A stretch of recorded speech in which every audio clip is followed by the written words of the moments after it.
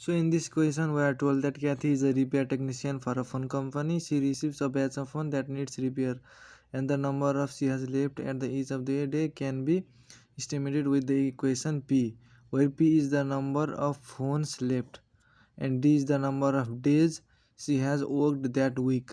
D means days, P means number of phones. What is the meaning of 180?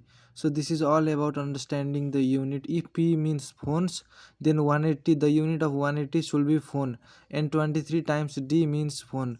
So what I mean is P means number of phones, right? So 108 should also be number of phones, because P is the number of phones, and it's any calculation, if any calculation happens, then that final result should be also a number of phones.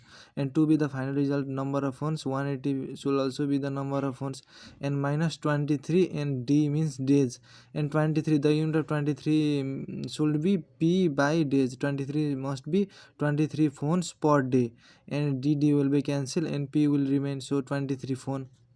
And 180, sorry, 108, it should be also the phones. The unit of 108 should be phones. So 108 days, it is not our answer. 108 per hour, it is not our answer. 108 per day, it is not our answer. 108 phone, it is our answer. So if there were two options and it was told 108 phones, then the another step will be, we need to read it. So Kathy start each week with 108 phones. So at the starting of the day there will be 0 day. So if we add here 0, then P will be 180, 108, 108 phones. So she will start with 108 phones to fix. So B is our answer. Always give concentration to the unit.